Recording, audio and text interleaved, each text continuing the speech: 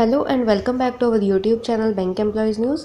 Friends, आज के इस वीडियो में हम आपके साथ bank employees federation of India का लेटेस्ट सर्कुलर शेयर करेंगे। बेफी ने सभी 4 वर्कमैन यूनियंस को एक लेटर लिखा है जो कि वर्किंग ग्रुप्स की मीटिंग में पार्टिसिपेट कर रही है। 22 जुलाई को जो मेमोरेंडम ऑफ अंडरस्टैंडिंग साइन हुआ था, बेफी ने उस पर साइन नहीं किए थे। बेफी का कहना था कि मेमोरेंडम ऑफ अंडरस्टैंडिंग में जो भी वर्कमैन्स की डिमांड है, जो भी एम्प्लॉयज़ की डिमांड है, उसको ध्यान में नहीं रखा गया है और ऐसे सेटलमेंट का कोई फ़ायदा नहीं है। इसीलिए बेफी ने साइन नहीं किए हैं और अब उन्हें वर्कमैन यूनियन की मीटिंग में भी नहीं बुलाया गया है। लेकिन फिर भी बेफी ने वर्कमैन यूनियन की मीटिंग्स में अपना पॉइंट ऑफ व्यू रखने के लिए इन चारों वर्कमैन यूनियंस को एक लेटर लिखा है। चारों वर्कमैन यूनियंस के जनरल सेक्रेटरीज को ये लेटर लिखा गया है। आगे इस वीडियो में डिस्कस करते हैं कि बेफी ने इस लेटर में क्या क्या डिमांड्स रखी हैं। उससे पहले दोस्तों, अगर पहली बार आप हमारे इस YouTube चैनल पे वीडियो देख रहे हो तो चैनल को सब्सक्राइब जरूर कर लें ताकि बैंक सेटलमेंट के रिलेटेड जो भी लेटेस्ट अपडेट हो आपको वो मिल सके। अब नेक्स्ट स्टार्ट करते हैं कि इस लेटर में बेफी ने वर्कमैन यूनियंस को किन किन डिमांड्स के बारे में बात की है। सबसे पहले बेफी ने कहा है कि 28 अगस्त को जो वर्किंग ग्रुप की मीटिंग होनी है, उस मीटिंग में जो भी इम्पोर्टेंट पॉइंट डिस्कस हुए हैं उसके बारे में बात की गई है। बेफी ने कहा है कि IBA बेसिक और DA पर 2.5% की लोडिंग दे रही है और 2.5% की लोडिंग देने के बाद बैंक मैनेजमेंट्स का जो एक्सपेंडिचर है वो 1155 करोड़ रुपए बन रहा है। इसकी कैलकुलेशन के बारे में भी बेफी ने क्लैरिफिकेशन की डिमांड की है। इसके साथ साथ 2.5% लोडिंग देने के बाद जो 12.5% के पे स्लिप कंपोनेंट्स बचते हैं उसकी डिस्ट्रीब्यूशन कैसे होनी है उसके बारे में भी इस लेटर में बात की गई है। पे स्लिप कंपोनेंट्स के डिस्ट्रीब्यूशन के बाद बेफी ने कहा है कि कुछ और भी डिमांड्स हैं जिसके बारे में यूनियन को IBA से बात करनी चाहिए। सबसे पहले कि जो स्टैग्नेशन इंक्रीमेंट है वो क्लैरिकल और सबऑर्डिनेट स्टाफ के लिए 2 साल में एक बार लगना चाहिए। पहले क्लरिकल स्टाफ के लिए स्टैग्नेशन इंक्रीमेंट 3 साल में एक बार लगता था।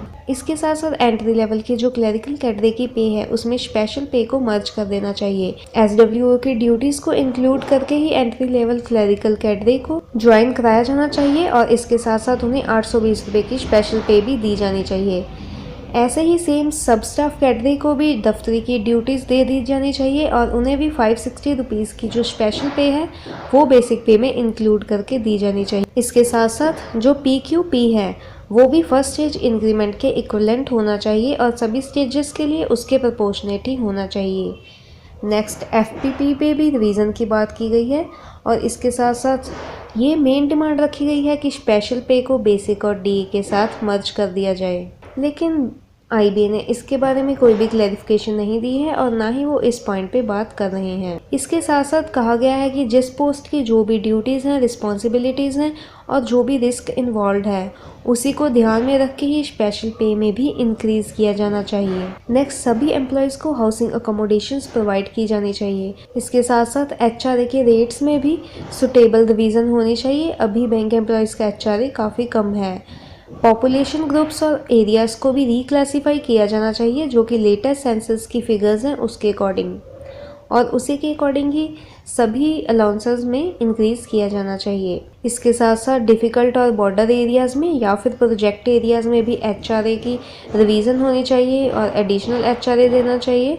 और इसके साथ साथ जो भी मेट्रो सिटी के पेरिफेरल एरियाज़ हैं उन्हें भी मेट्रो सिटीज़ में ही इंक्लूड किया जाना चाहिए, जैसे कि Chandigarh, Mohali, Panchkula, new Delhi, Gurgaon, NCR regions. इन सभी का एप्लीकेबल HRA वो मेट्रो और सैटेलाइट टाउन के अकॉर्डिंग ही होना चाहिए। इसके साथ साथ HRA रेंट रिसिप्ट पे भी रिम्बर्स किया जाना चाहिए।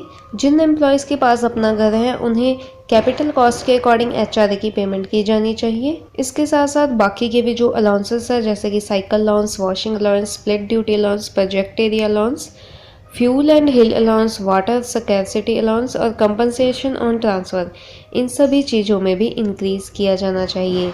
और इसके साथ साथ हॉल्टिंग अलाउंस में भी इंक्रीज़ की डिमांड की गई है। बेफी ने कहा है कि सेंट्रल और स्टेट गवर्नमेंट को जो भी अलाउंसेस मिलते हैं जैसे कि disturbed area allowance, island allowance, tribal allowance, remote और डिफ़िकल्ट एरिया अलाउंस, ये सभी अलाउंस भी बैंक एम्प्लॉयज़ के लिए इंक्लूड किए जाने चाहिए। और जिस भी डिस्ट्रिक्ट में स्टेट गवर्नमेंट्स हिल अलाउंस पे करती हैं, बैंक्स को भी उसी के अकॉर्डिंग ही हिल अलाउंस पे किया जाना चाहिए। बेफी ने कहा है कि ये सारे इश्यूज भी IBA के साथ डिस्कस होने चाहिए।